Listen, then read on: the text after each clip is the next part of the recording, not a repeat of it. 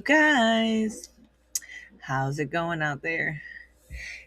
First things first, do you got your water or your beverage? You got your box, your roll, your pre-roll, you got ready to go. Don't forget your doobie. And as always,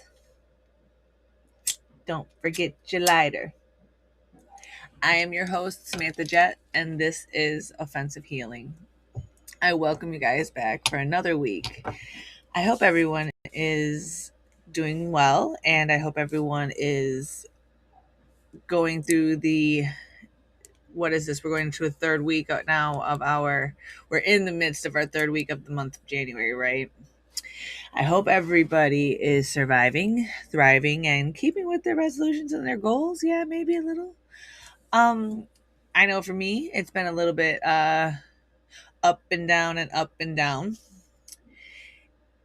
I can tell you and say that like I've been dealing with trying to keep to my resolutions, and I didn't really set resolutions as much as I knew that this year was going to be a better year for growth and trying new things and growth for the family, growth with the husband, growth within my marriage. Well, when I say growth for the husband, I mean individually for him, growth, you know what I mean?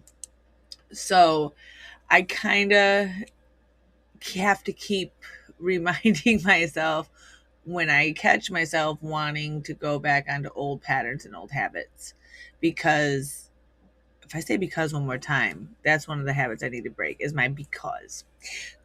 So if I want to do this year what I've never done in previous years before, that literally means that I cannot do the same things that I've always done before, because the definition of insanity, isn't it like repeating the same actions over and over again, expecting different outcomes? I don't think that I want to be the insane one this time. I've been the insane one by completing or continuing to repeat the same actions over and over again.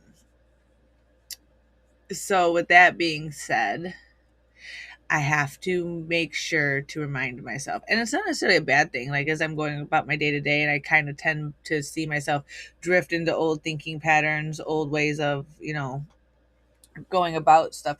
And what do I say when I say going about instead of being in general? Hold on one second. I gotta sip my coffee.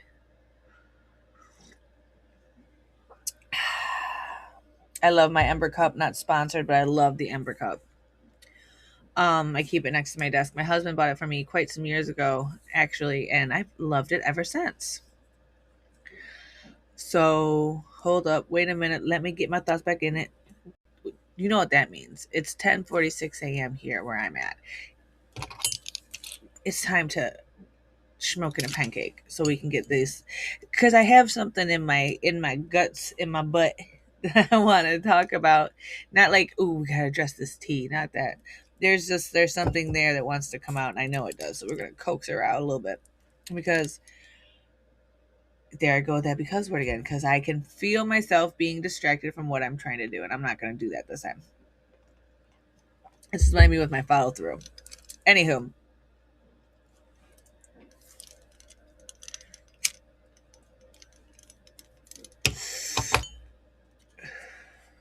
so what I mean by stopping myself in the midst in general, I don't like. I'll give you for instances. So the husbands, I am always so reluctant to speak on things. I need to stop that and just have a little bit more oomph in my voice. So back in October, the husband, he retired from his one career and has been making a transition into a new career. We've made certain we've set up certain ways, not certain ways. We've done things in order to help us kind of move ahead in life in general, as far as what we want to try to build and achieve, like what our dream is. So we got the financial advisor. We did a bunch of financial bullshit, so that way my husband could go back to school. Not necessarily like school in the traditional sense. He's going back for trucking. So he's going in for trucking, and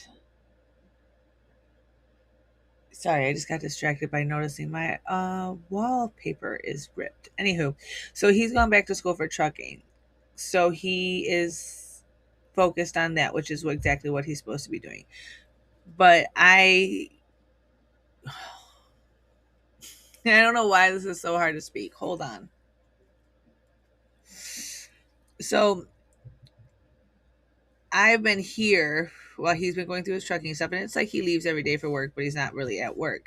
And my normal, typical mindset, because I'm like, oh, he's just at school, he's not working, is to kind of be negative and drag him down a little bit and start to become resentful and like, oh, because I still maintained my job. And I'm going to continue to maintain my job and my businesses. I'm trying to build something here. And just because he retired doesn't mean I retired. So that was not like I'm not wasn't looking for an excuse to be lazy, but I kind of expected him to do more as he was going to school for what he's going to school for. And I don't know why I expected more out of him, because subconsciously, I not even subconsciously up front, I even told him he's the type of individual when he's doing something, especially something new, he needs all of his attention on that, like to be focused, which I support 100%. Okay, my logic forward thinking brain, I support him 100%. However, my little emotional gremlin inside that still exists, no matter how much sobriety we get under our belt, she's still there, but we just don't let her, we don't feed her. Does that make sense? So, with that being said, I have had to, throughout this journey with him, tell myself and talk myself off of ledges, because I tend to lean into my emotions and I tend to let them cloud my judgment and what I'm thinking. And instead of seeing the big picture, which I know the big picture because I'm the one who kind of like planted the seed for the big picture, and we're 100% like one on one with this, like we both agreed to this, we both agreed to every little detail of it, even as the hiccups that came along with it presented themselves, we approached them together. But I still fractured off a little bit and I became a little resentful, and I don't necessarily know why, as much as it kind of boils down to, I do have a money obsession, I do have a financial obsession, I do have a certain level of drive, ambition in me, and it's not necessarily the most attractive or recommended thing.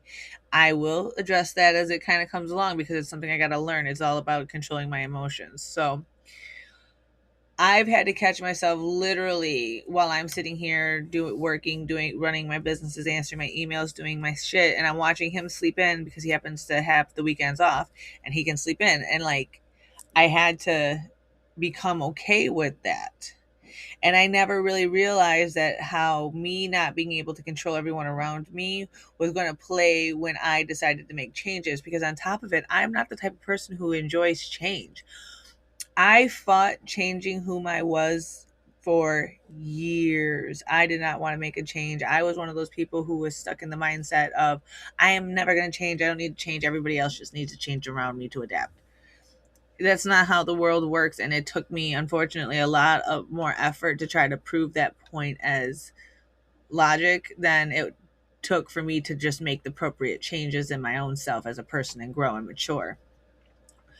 So, but now to say that it's not a one and done thank you ma'am situation, because as I'm learning now, and I kind of had the mindset that once you healed from something and once you healed something, that it was over, it was healed. It kind of is over, but what I didn't really realize is life will life, and things will come up and they will pick at the scars, the scar tissue, if you will, surrounding the healing that you have taken so much time to do. And it will trigger some sort of thing, because as we all know, with scars, when you get a surgery, there's nerve endings in those skin tissues and everything that get sewed back together that still react to each other in weird ways, even if they don't react the way they used to. It's scientifically proven. So as through this journey, I had to catch myself, because I was slipping back into old ways of thinking. Oh, he's not technically bringing in any income. He's not technically doing this. He's not technically working. He doesn't technically have a job. I found myself, especially recently, and I slipping back into that mindset and starting to like stumble and tiptoe and trip into the survival mindset again, which there's nothing wrong with being in the state of survival. But when husband did what he did and retired and we did what we did, it changed the trajectory of life as it sat. Okay. So I had no choice but to get out of my survival mentality, or I wouldn't be able to comprehend the moves we were making. When you are somebody who is used to having XYZ to your name, and then like and having to struggle every day just to survive, to no longer having to struggle to survive overnight, it becomes a weird shift and change in you that nobody prepares you for. And I kind of had to, I've been doing the hard work, and like, okay, we're not going to think the way that we think. We don't need to say, because you guys, the last 20 years have been a very hard struggle, financially on our family, financially on me, not just like not making enough money.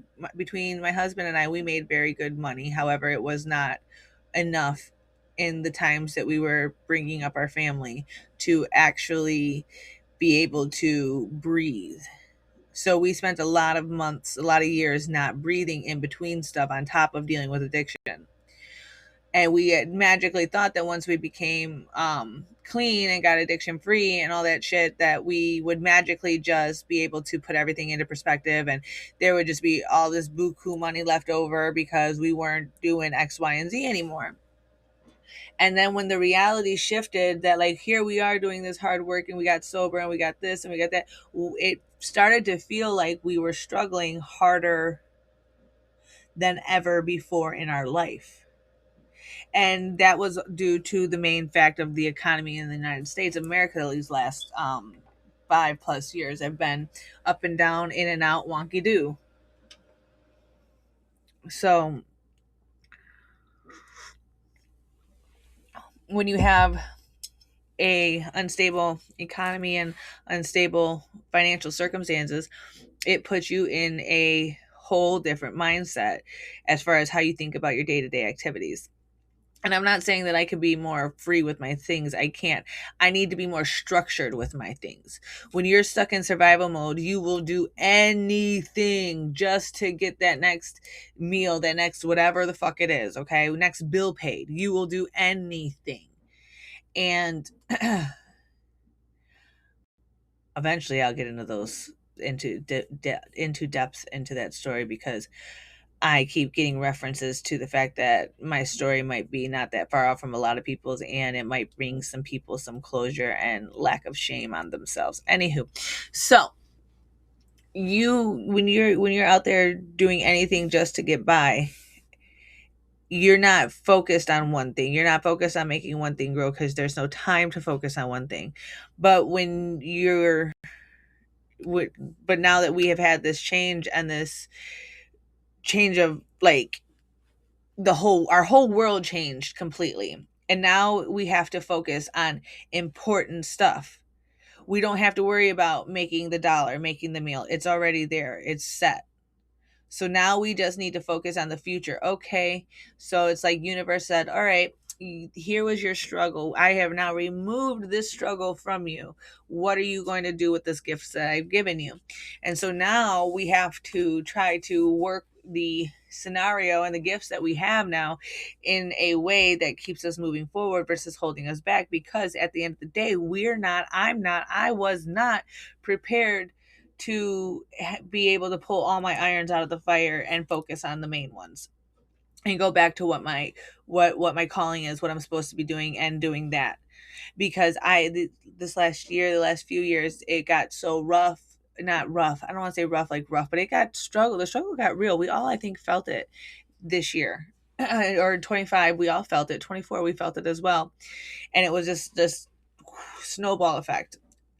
I did not have time to even come on here and record with you guys. I put a lot of things on hold because I had to go into survival mode. And now that I'm able to take a step back from that and work what is working, because I have the backing to,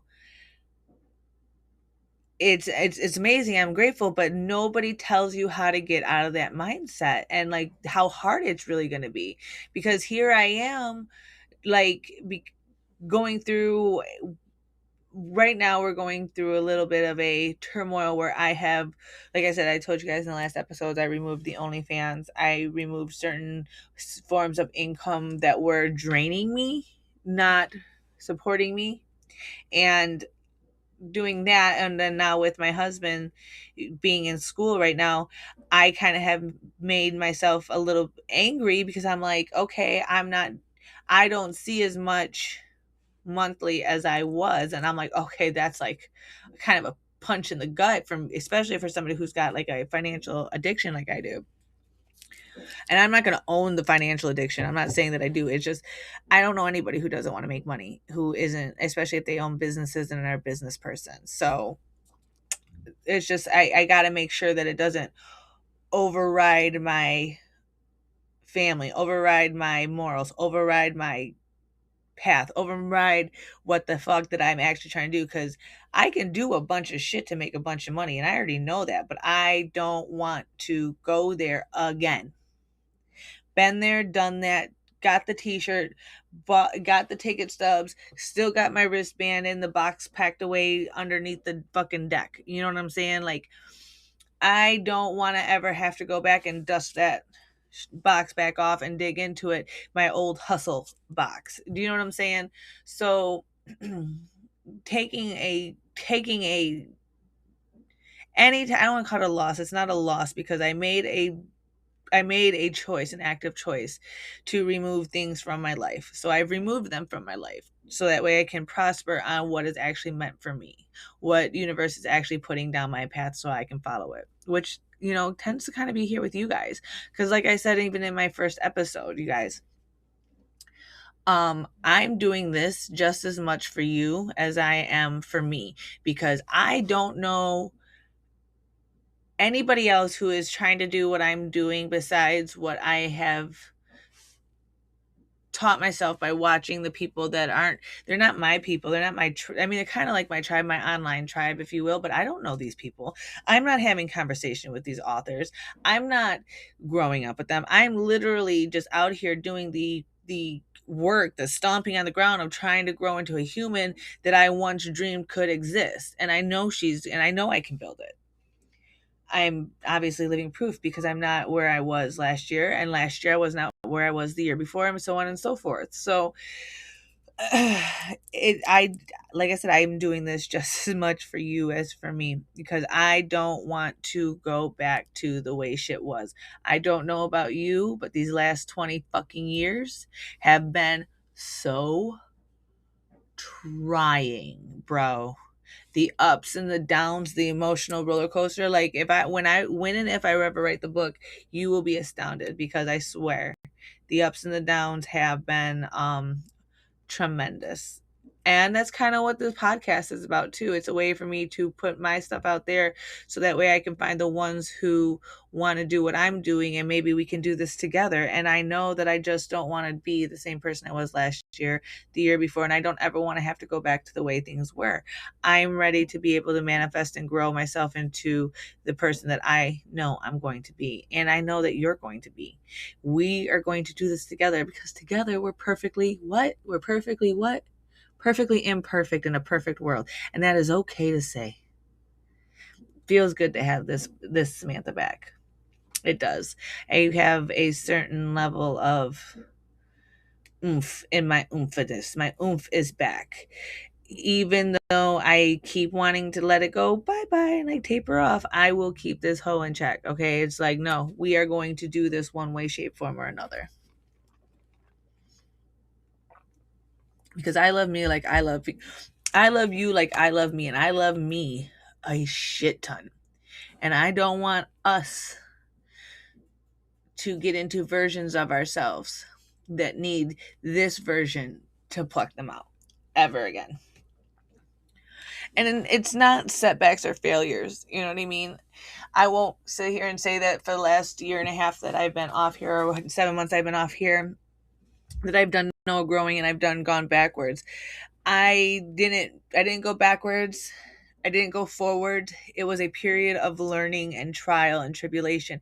It was getting all my angst out before this new season kind of came to me, because you got to purge in order to grow. And I had to purge all that extra wild energy in my sector that I had left over from getting sober to now.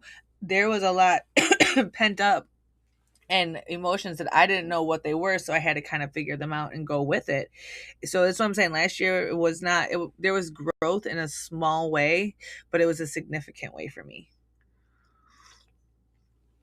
because we cannot heal from what we do not acknowledge, what we do not admit to, what we do not face. If you continue to put them in those neat tiny little boxes like I told you guys, and just filing them away and just stepping over them, eventually you're going to have to trip over those boxes. Eventually they're going to spill the fuck out, and eventually you're going to have to clean it all the fuck up. But this time when you trip over that box, you're going to destroy the fucking box, bro. You ain't going to be able to put that shit back in there nice and neat. No, you're going to have to go get duct tape. You're going to have to go get this. You're going to have to get that to wrap that box back up in order to hold all that fucking trauma and damage that you done filed away. Because now you're tripping over it because there's so much shit, so many boxes laying around that you're tripping on them. So now you're either going to have to deal with it and clean it up for real, or start reaching for outside sources, your duct tape and your staples and whatever, you know what I mean, drugs, alcohol, sex, whatever, all that bullshit. You're gonna have to reach out for to be able to fix it. And that is just a band-aid, because at the end of the day, that shit that's in that box is toxic. It's going to leak out through the cracks and the crevices, because you're never going to be able to make it airtight again. So that's kind of full circle, and I kind of love that this touched me today. I was on a phone conversation with a good friend of mine, and after I got off the phone, I was like, okay, this is something that I'm being told that I need to speak about, because I've even had it in my own life. You guys, I talk about it freely in the very first episodes, couple of episodes.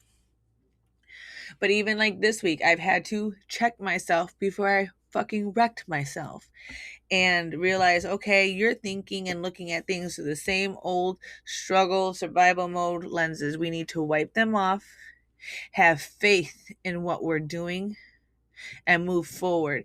Even if it doesn't look like it. You can't just quit after 24 hours, 10 hours, 2 weeks, 6 months, 1 year. You can't. If it sits with you and it feels good with you, and it's feels good to you, chances are you're supposed to be doing it. See, it only took a couple of drags on my doobie to get that out. I had to get that out for y'all, because I knew it. I knew she was in there, and I knew I was trying to get at something with that. But it is okay to daily remind yourself of your growth. It's okay to daily remind yourself. It's okay to check yourself. It's true. It's best that you check yourself and what's coming out of your mouth, versus the next one getting offended from what you've said to them, or getting upset because you've said something from an ignorant point of view. Because let's face it, had I made any comments really towards my husband about not making an income, this, that, and the other, I probably wouldn't have worked out too well for me. Not because he doesn't want to, but because we've already came up with the goal, the plan. Yes, things change, but the way I would have addressed it to him would have been negative. It would have been shitty. It would have been nasty. Versus the other day, I was able to go up to him and be like, listen, I'm struggling a little bit here because my mind is thinking this thing and I know it's not right.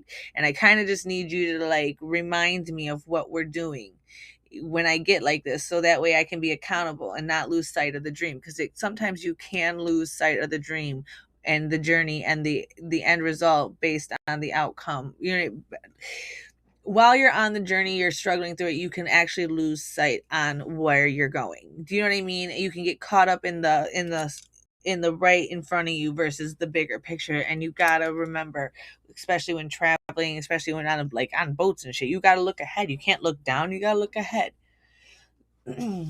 So it's okay if you have to remind yourself. It's okay if you have to remind yourself that you're growing into something that you've never grown before. And I want you guys to always know that you're definitely worth putting in the work into yourself. You're definitely worth exploring the things that you're trying to do that no one has done before you in your family, in your friend circle, or even that you've never done before. Please adventure out and like explore who you are in a positive way. We're not talking the extreme negatives, all right? We don't do that here. With that being said, you guys, I love you. And if no one's told you yet today, I think you're awesome. I'm proud of you. And you got this. We got this. Go and do something great because you're worth it.